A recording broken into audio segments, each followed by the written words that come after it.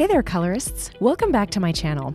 I'm very excited for today's video as this one has been done in partnership with my good friends at Coloring Book Café. Now, if you're not familiar with them, I'm going to be telling you all about Coloring Book Café kind of throughout the video, so let's jump right into it.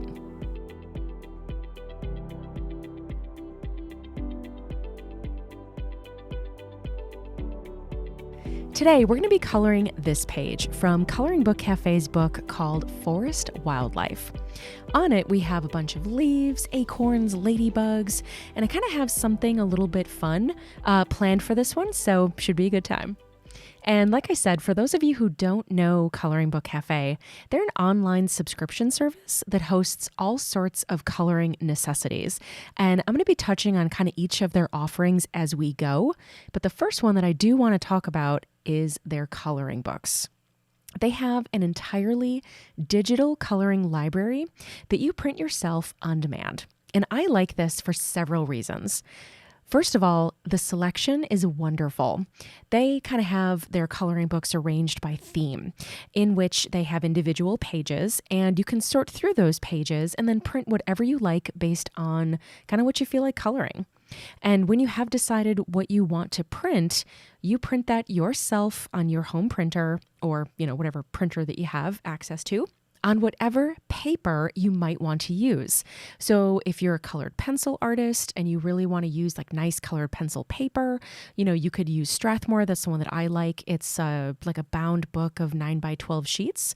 I simply cut it down to 8.5 by 11, put it in my home printer, and I hit print. But if you are maybe a marker enthusiast and, colored pencil paper is not good for markers, you want to use marker paper, you can totally do that by doing the exact same thing. And then you actually have paper that is conducive for using markers. And that's especially nice when coloring books, like bound coloring books that you buy, don't give you that kind of flexibility. Because most coloring books are actually printed on paper that is good for colored pencils. And your marker is going to bleed right through to the other side of the page. It might even bleed through several pages. So you normally have to use kind of something in between those pages. But like I said, you are already kind of ruining the backside of your page. So definitely nice flexibility to be able to print on whatever paper that you want. And you also have the flexibility to print whatever size that you want. Maybe you're framing it into like a 5 by 7 or an 8 by 10. You can actually print it to whatever size you'd like. And finally, my favorite reason, because we all know that we've done this, all of us have done this, is if you screw up your page, if maybe like the color palette that you chose didn't kind of end up working out, you can just print it again. Maybe actually you liked coloring that page so much so that you want to color it again. All you have to do is print it again, unlimited times. The books are yours to keep forever. You can actually download them onto your computer and, print, as many times as you'd like. And then, like I said, they're yours to keep forever. Even if one day you should cancel your subscription, those books are yours to keep. Which is pretty darn cool. You cannot do that with a regular bound coloring book. Once that page is done, it's kind of done. Like you'd have to re-buy the book. And actually, after coloring last week's page in Romantic Country's Third Tale coloring book, people in the comments were telling me that that book is now out of print, which is such a bummer. Because if I ever wanted to go back and color one of those pages, I would have to maybe re-buy the book like some sort of third party, and it would probably be super expensive. And, just the fact that you have access to this unlimited digital library is such a nice feature that you really just can't get with a regular coloring book. So if you guys do want to check out Coloring Book Café, and I strongly encourage you to at least go and take a look at them, I will leave a link in the description below. They only open their membership enrollment every so often, and it's open as of today, April 24th, 2020. But I know that window closes pretty quickly. So if you guys are interested, click on the link, check them out. They have a 14-day complete money-back guarantee, so there's no risk to give them a try. I know for a fact that you're going to find something that you love. Plus, they release a new coloring book every 2 weeks. So you're always going to have something fun to color. Your library will never get stale. All right, so back to our page here, which I've been coloring as we've been talking. I wanted to try to mix it up a little bit and use just a bit of an unconventional color palette here. My favorite animal is a duck. Don't ask. And I found a photo of a mandarin duck, and I just fell in love. They are so colorful all the way from their head to the bottoms of their webbed feet. They're orange and blue and honey colored and fuchsia. They're so, so pretty. So our little mandarin duck is going to be our color inspiration today. So I've pulled a bunch of those colors that I just mentioned, all those honey tones, raspberry reds, and ocean blues, and I'm placing them all over our leaf, using some of the lines that the artist drew in for us as a guide as to where to kind of start and stop my colors. And the nice thing about this palette is that a lot of the colors flow very nicely from one to the next. Like our golden yellows kind of flow really well into our honey-toned browns. So I'm definitely going to be using that to my advantage when I choose my color placements. And once you have your colors laid down in the areas that you want, I'm just going to take a dry cotton swab to blend these out a little bit, which will eliminate most of kind of that speckled white space that we still have in some areas. And you do have to use a little bit of pressure when you do this, but that's okay. That's kind of what it takes to move around some of this pigment. Now I'm bringing back an item that I used last week, a gel pen. And as I mentioned, I am not overly familiar with gel pens. They aren't a medium that I've really tested or played around with too much. But boy, was it fun to bring a little something extra to the page last week. So we're going to be giving them another try today. And we're going to be going even further with them. So here's the same metallic gold that we used before. It has a nice bit of shimmer to it. And I'm going to just put this down in a few spots. And very quickly, to avoid letting that gel pen dry, because it's a little bit liquidy, I'm just going to take a dry cotton swab just to kind of push it around in one direction to blend it out. It works surprisingly well and actually makes me want to try this with some other colors. Let's see what this toasty brown color does. And actually, it's more of a reddish purple kind of color, and it's even more glittery and shimmery than the gold is. I really like this color. So I'm going to line this corner and just kind of see what happens when I try to blend it outward. Again, I'm not using circular strokes here like I normally do. I'm just sort of taking the Q-tip and using it like a very fine-tipped kind of paintbrush, and I'm just pushing in one direction or pulling in one direction. I had no idea that you could do that with a gel pen. Kind of a happy accident, kind of stumbling on this for sure. But if you think about it, it's kind of a wet medium. You know, it kind of comes out like a really smooth, kind of buttery pen. And if you smear it, it kind of smears. But if you use that dry cotton swab, you can kind of force it to smear in a way that you like. And it's just really coming out nicely. I'm really, really happy with this. And I'm going to add this toasty brown in a lot of places on our leaf, as it complements very nicely with our red areas and our brown areas, since it's kind of one of those like colors that kind of straddles both. While I do that, I'd like to tell you a little bit more about Coloring Book Café, if I may. I've actually been working with them for years now. I've done a whole series of tutorials and advanced technique videos that are housed right on their site. So if you want even more coloring how-tos from yours truly, you can find them right there. I've also done quite a bit of promotional content for them. I did a Facebook Live event with them yesterday evening, so my face and my voice have been lent to a lot of the content on their site. And I have to say, I wouldn't do that unless I truly believed in their product and believed that it was beneficial for their members.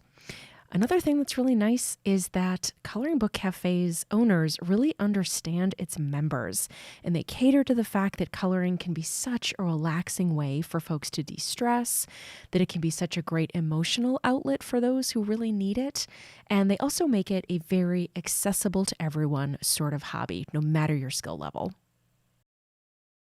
And once I sort of have it where I want it, I'm going to outline the whole leaf, the whole kind of outside perimeter of the leaf. And I'm even going to add in some lines and some dashes just to add some visual interest within the leaf itself. You all know how I like adding my Morse code. Wouldn't be a PencilStash original without some Morse code. And here's what it looks like with all the leaves done. I tried making each one unique, and it took quite a bit of time. So be patient with it if you want to put in as much detail. Now, while I start on these acorns, I'd like to tell you a little bit more about Coloring Book Café, if I may. I've actually been working with them for years now. I've done a whole series of tutorials and advanced technique videos that are housed right on their website. So if you want to see more coloring how-tos from yours truly, you can find them right there. I've also done quite a bit of promotional content for them. So I did a Facebook Live event with them yesterday evening. My face and my voice has been lent to a lot of their content. And I have to say, I wouldn't do that unless I truly believed in their product and believed that it was beneficial for their members and for adult coloring in general. I also really appreciate how Coloring Book Cafe really understands its members and caters to the fact that coloring can be such a relaxing way for folks to de-stress, and it can be such an emotional outlet for those who really, really need it. And they also make it very accessible to everybody, no matter your skill level. A lot of the folks are kind of starting from scratch and they just want access to awesome artwork and opportunities to practice and get better. It's very, very cool. Now I'm using that same technique on the acorns here with my gel pens. These babies are total keepers. I can't believe I hadn't played around with these before. To be honest, they've actually been sitting in a box in my art supply cabinet for probably 2 years. I definitely like the feel of the juicy ones, the real smooth, buttery ones. For some reason, some of them in the set aren't as buttery, so I'm kind of picking out the ones that I want. So those of you who use gel pens, do you have any kind of juicy brands that you would recommend? I may need to hit the interwebs for some. I'm telling you, it might be kind of hard to see it on screen, but these gel pens are very shimmery in person. I'll hold up the page later for you just to show you a little bit better. It really adds a lot. For the background, I wasn't sure exactly what I was going to do with it, so I purposely left it till the end, as I so often do, hoping that the right thing would just sort of come to me. I knew I wanted to keep it simple since the rest of our page was so full of leaves and such, but since our page was already so colorful, I wrestled with what color to use. I ultimately decided on a light red, hoping that it would complement my already used color palette. Yet still be different enough to kind of let the objects stand out. But in the end, I kind of thought that it blended in a little bit too much. I kind of wanted the leaves and the acorns to pop against the background, and this just sort of blended in too much. So I played around with the idea of adding another color over top of this one to change it up. I started playing around, toying around with some other kind of reddish pinks on top of this. So I took a little strip of scrap paper. It's still colored pencil paper so that it would kind of react the same way. And I put in a few squares of my original color. And then on top of those squares, I added in other colors over top as kind of a test. Then I folded the page in half so that the colors were right up against the edge and that I could immediately just kind of put it on my page and kind of see how it would look right up against the colors that I was already using. None of these really felt right, but it was still a very helpful exercise to go through. So, second try, I got out my handy dandy color chart and started brainstorming what else I might be able to do over top of this red. So I tried blue, and ultimately I ended up really liking this Faber-Castell Helio Blue Reddish. It has a very reddish undertone, so that I knew that it would sort of complement very well and it would go over top very well. Because the other thing to remember here is that I didn't blend this red at all. If I had, it would have been extra hard to put another color over top. Sometimes once you blend, it's kind of like, yep, ship has sailed, you're good. But I hadn't, so I still had some flexibility to add and to layer on top of this. So it wasn't too late. So I added all of this blue right over top. And then I blended with just a touch of Gamsol on a cotton swab. And while this cotton swab had been kind of dabbed clean on a paper towel, it's barely wet. It's still a medium that is quite oily. So I always like to put my page on top of something thick just to protect my desk, because sometimes it can leave like a little bit of like an oily kind of film underneath it through the paper. So good to kind of know those things and protect your desk. And I really, really like how this blue came out. It was just different enough and dark enough that it sort of receded into the background and sort of let the colorful leaves inspired by our mandarin duck kind of sing and really stand out. So really, ultimately very happy with the way that it ended up. Now, these ladybugs were super fun to color. They were small and just, kind of fun to play around with. And I too wanted them to stand out a bit, all the while still kind of living within our already established color palette. So Karma, I ended up using the same Pompeian red as I used as that first background color, the one that kind of didn't end up getting its day in court. I used it here on the ladybugs, and it worked out really, really well. They stand out nicely on the acorns, and I added a little bit of gel pen to add in those white dots just so that they stood out nicely. And then I added that same toasty brown to outline everything. And with that, we are done. This page took forever and a day, but it was so worth it. I think it came out really nice. This page is definitely the type of amazing caliber of coloring pages that you will find on Coloring Book Cafe. So please check them out via the link in the description below while their membership window is open. There's a 14-day guarantee, no risks, some freebies. Please check them out. You will be so glad that you did. See you all next time. Happy coloring.